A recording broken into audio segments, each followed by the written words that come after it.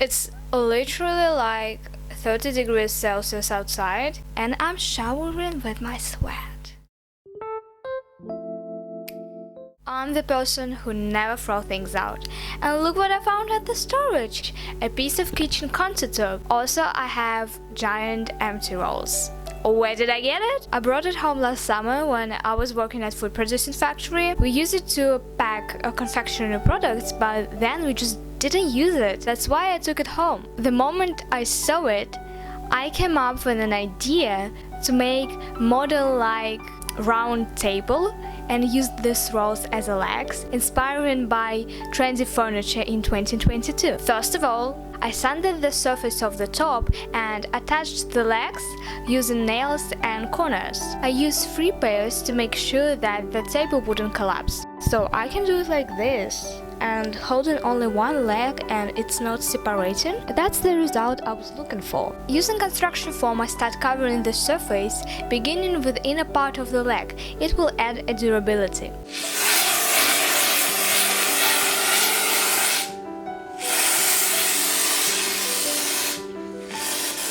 So I have a tip: before actually doing a table or whatever thing you want, try to use it on the thing that you don't scare to spoil. Then you can try it on something small and only then doing the thing that you want to do if you're following my tutorial. I was doing like a foam mirror, and of course some foam somehow was on my brand new shoes. My shoes is alright now. I just talking about overprotection, any other space that you don't want to spoil. So before doing anything, maybe you should place some paper on the floor or like anything that can protect, because foam is super sticky and you should never touch it with a hand. So let's continue. Oh my god, look at this! It's like a growing mushrooms, and when it solidifies we're going to cut this out because it looks awful. While foam was solidifying, I took leftover roll and circled it to make paper pattern. Then with my parent help we cut 6 circles out of the chipboard. Approximately 10 hours later.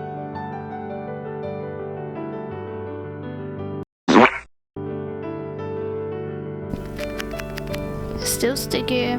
This one actually reminded me church scuba. Let's talk about the whole process of applying foam, because it's not that easy as I thought.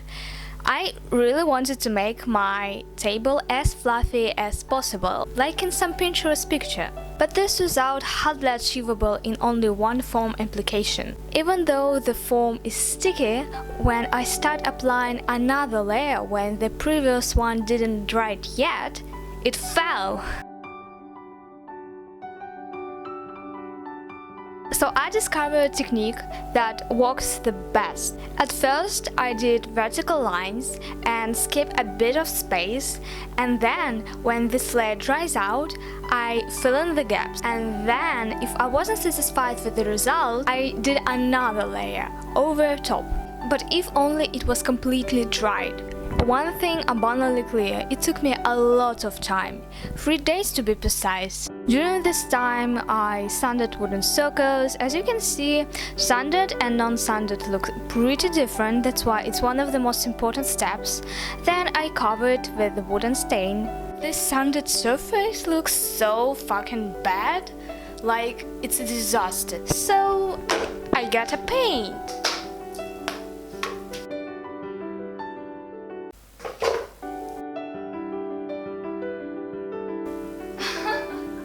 When I was covering the top, followed the same technique. To make it even more fluffy, I added zigzag lines. So that's the result. I got exactly what I was having in my mind. I'm in the middle of painting process and I have something to say. I decided to make color block using orange and gold. It just never reached fluorescent acrylic spray paint.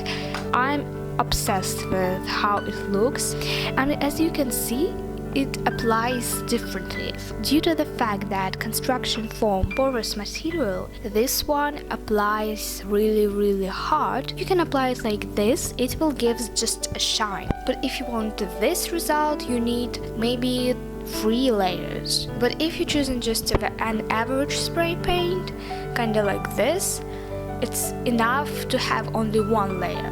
My next disappointment is this contour top. So I didn't have an opportunity to apply white paint. That's why I just decided to try, maybe it will work, but it don't. Probably I need to cover all of this orange disaster that happened in here, but at the same time gold spray paint worked really well. One layer was enough to cover the pattern, so I think I'm going to make it gold. I flipped the table because I forgot about that thing, whatever it called. Then I decided to pour a little bit of epoxy so the table would be shiny and the cotton top will be look so pretty. Also it will protect the layer of the spray paint that I did before.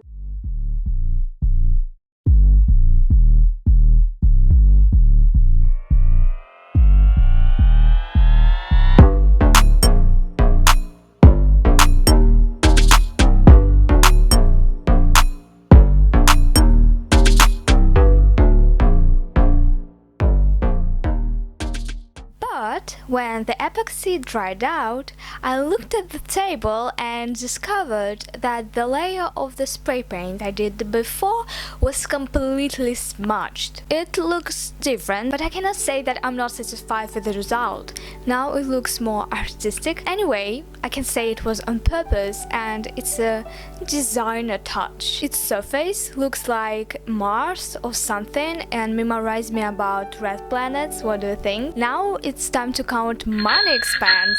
Concept top and legs for free because it was a trash. Construction foam 2 bottles, $16. Spray paint 2.5 bottles, $18. Epoxy $13. Corners and nails less than $1. In total $48. Don't forget that all of the prices approximate. I presented it in dollars while in real life bought it in some other currency. It's a cheap price for homemade designer table if you consider it an artwork. If you buy it directly from designer, how much will you pay? But if you do it yourself, probably you can spend this money on something more useful. Anyway, it's your choice. I'm glad that you watched this video and did this journey with me. Stay tuned.